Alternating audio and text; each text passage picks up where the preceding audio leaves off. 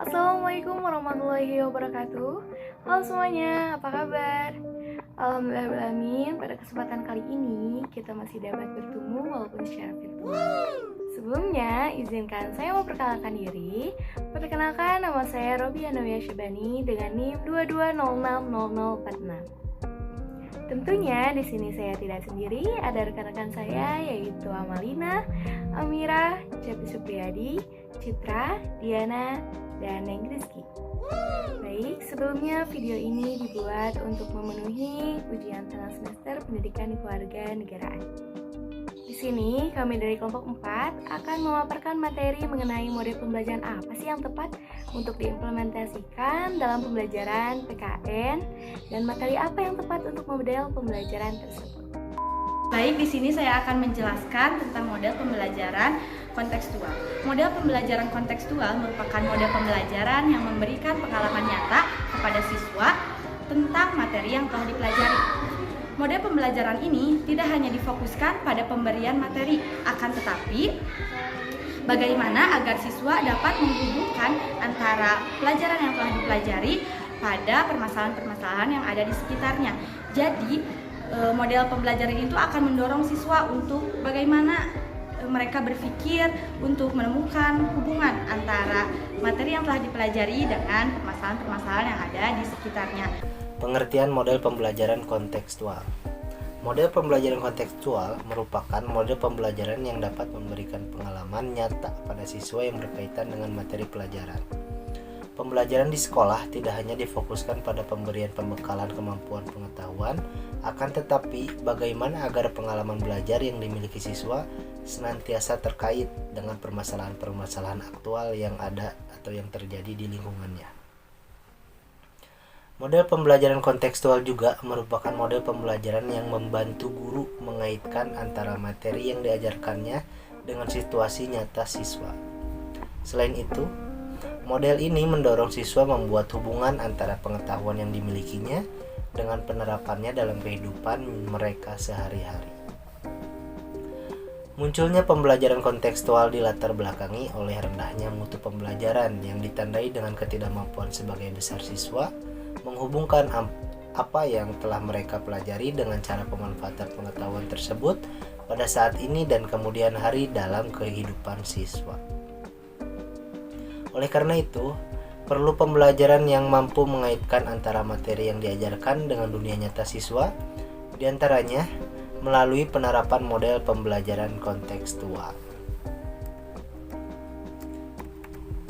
Selanjutnya adalah metode atau model pembelajaran kontekstual, yaitu pembelajaran yang menggunakan konteks nyata sebagai langkah awal untuk belajar sehingga memberikan makna untuk isi materi dan makna bagi pembelajar. Jelas bahwa konteks atau situasi nyata yang berhubungan dengan materi menjadi kunci utama dari strategi pembelajaran kontekstual. Inti dari pembelajaran kontekstual ini adalah keterkaitan setiap materi atau topik pembelajaran dengan kehidupan nyata siswa.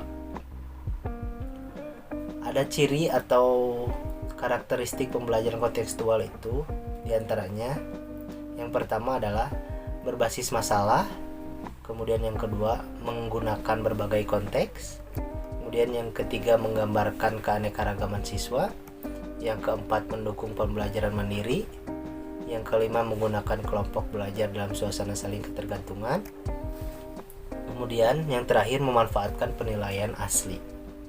Sehingga bukan hanya berdasarkan konteks, namun kontekstual juga menerapkan pemecahan masalah, kerjasama, dan pembelajaran yang berbasis pada siswa seperti model pembelajaran mutakhir lainnya. Terima kasih. Langkah-langkah umum dalam metode pembelajaran kontekstual adalah sebagai berikut. A. Modeling, yaitu guru melakukan pemusatan perhatian siswa, memberikan motivasi, menyampaikan kompetensi tujuan, pengarahan petunjuk, rambu-rambu, dan contoh. B. Questioning, yaitu guru melakukan eksplorasi, membimbing, menuntut, mengarahkan, mengembangkan, evaluasi, inquiry, dan generalisasi. C. Learning community, seluruh siswa siswa berpartisipasi dalam belajar kelompok atau individual, hands-on, mencoba dan mengerjakan. D. Inquiry, siswa mengidentifikasi, investigasi, hipotesis, konjektur, generalisasi, dan menemukan konsep pembelajaran. Mari kembali ke topik ya guys. Langkah selanjutnya adalah model pembelajaran inquiry. Model pembelajaran inquiry adalah kegiatan pembelajaran yang memfasilitasi siswa untuk mengajukan pertanyaan, melakukan penyelidikan atau pencarian, eksperimen atau penelitian secara mandiri untuk mendapatkan pengetahuan yang mereka butuhkan. Dalam model ini, siswa diarahkan untuk dapat mengidentifikasi, investigasi, hipotesis, konjektur, generalisasi, dan menemukan konsep-konsep belajar. Selanjutnya adalah model pembelajaran konstruktivisme. Adalah suatu teknik pembelajaran yang melibatkan siswa untuk membina sendiri secara aktif pengetahuan dengan menggunakan pengetahuan yang siswa miliki sebelumnya. Dengan model pembelajaran ini, siswa dapat membangun pemahaman sendiri dengan mengkonstruksi konsep-konsep yang dimiliki serta melakukan analisis sintesis. Langkah selanjutnya yaitu reflection. Pada tahap ini, siswa diharapkan dapat mereview, membuat rangkuman, dan tindak lanjut. Yang terakhir yaitu authentic assessment. Adalah tahap guru melakukan penilaian pada suatu proses pembelajaran dan sesudah pembelajaran. Penilaian dapat berupa penilaian terhadap setiap aktivitas usaha siswa. Nah, adapun langkah-langkah pembelajaran kontekstual untuk diterapkan dalam pembelajaran PKN dengan materi hak dan kewajiban, diantaranya langkah pertama yaitu pendahuluan.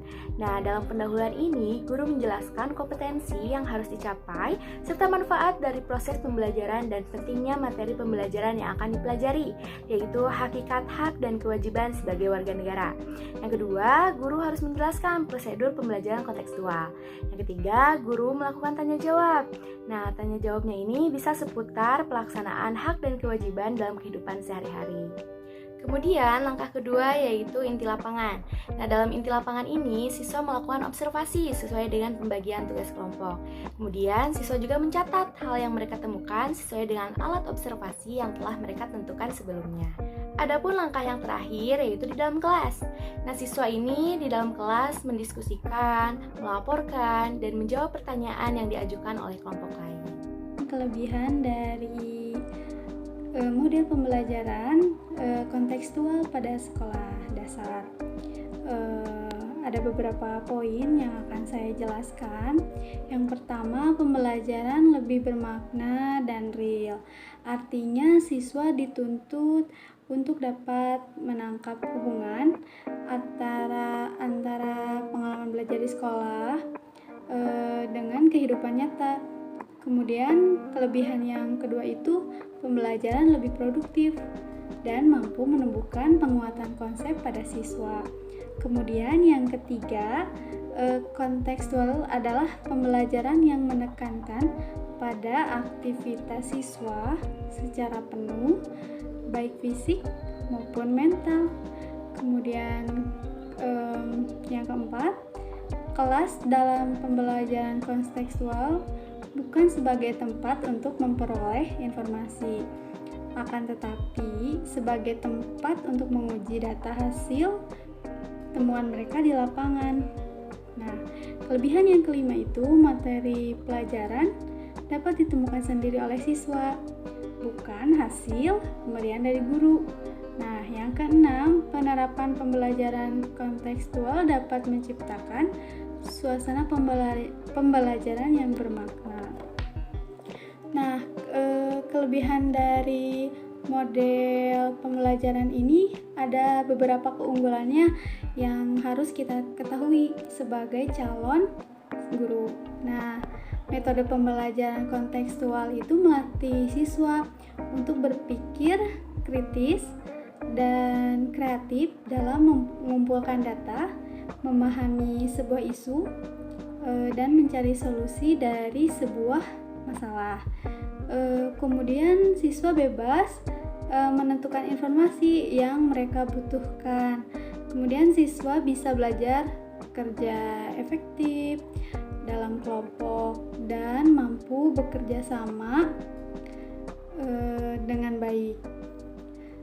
Kemudian proses belajar selama di kelas menjadi lebih menyenangkan dan tidak membuat siswa bosan.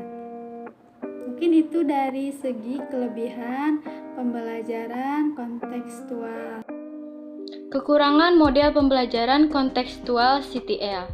Yang pertama, diperlukan waktu yang cukup lama saat proses pembelajaran kontekstual ini sedang berlangsung. Yang kedua, jika guru tidak dapat mengendalikan kelas dengan baik, dapat menciptakan kelas yang kurang kondusif. Kelas yang tidak kondusif membuat situasi pembelajaran tidak efektif dan tidak menyenangkan bagi siswa juga pengajar. Alhasil membuat siswa tidak dapat maksimal dalam memahami materi pembelajaran. Selain itu juga, guru akan mengalami kesulitan dalam memberi penjelasan dan pemahaman kepada siswa tentang materi pelajaran yang diajarkan. Poin ketiga,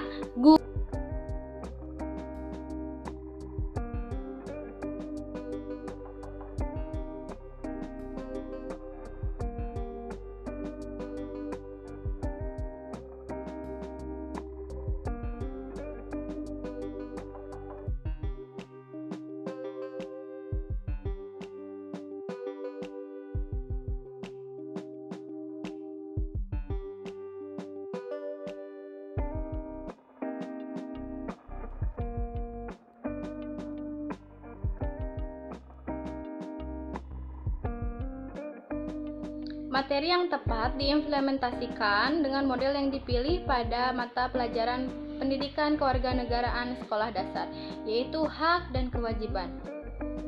Apa sih itu hak?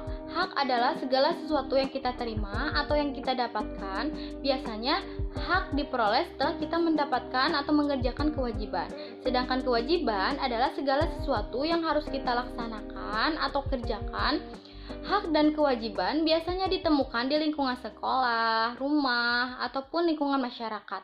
Namun, kali ini yang akan kita bahas adalah hak dan kewajiban anak di rumah dan di sekolah. Hak dan kewajiban anak di rumah. Yang pertama, haknya mendapatkan kasih sayang dari orang tua. Kita perlu mendapatkan kasih sayang dari orang tua, mendapatkan makanan, minuman, dan uang jajan.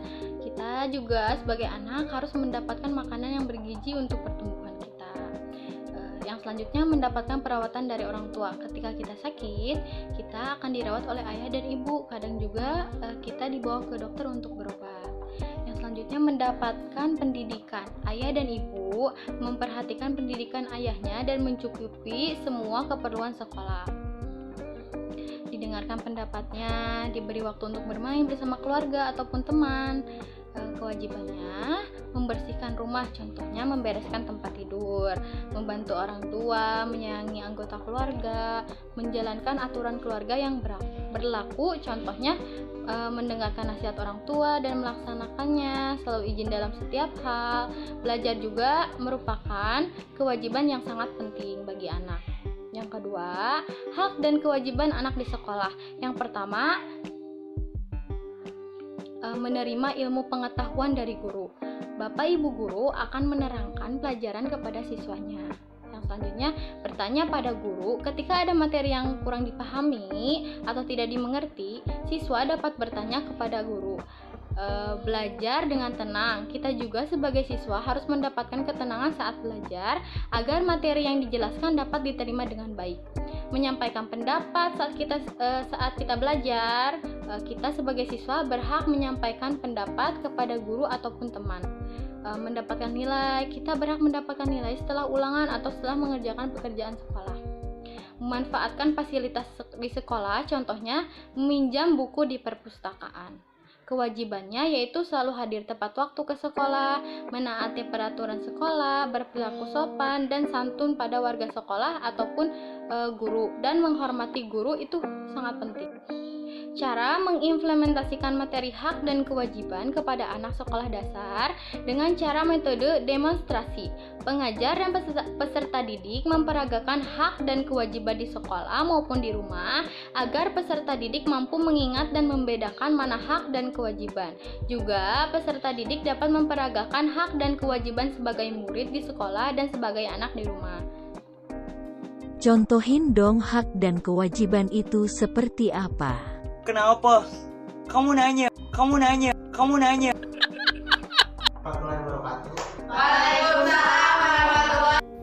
Nah, berikut contoh-contoh hak dan kewajiban. Ada seorang guru yang melaksanakan kewajibannya untuk mengajar. Kemudian di sini ada anak yang sedang melaksanakan kewajibannya untuk membantu orang tua di rumah.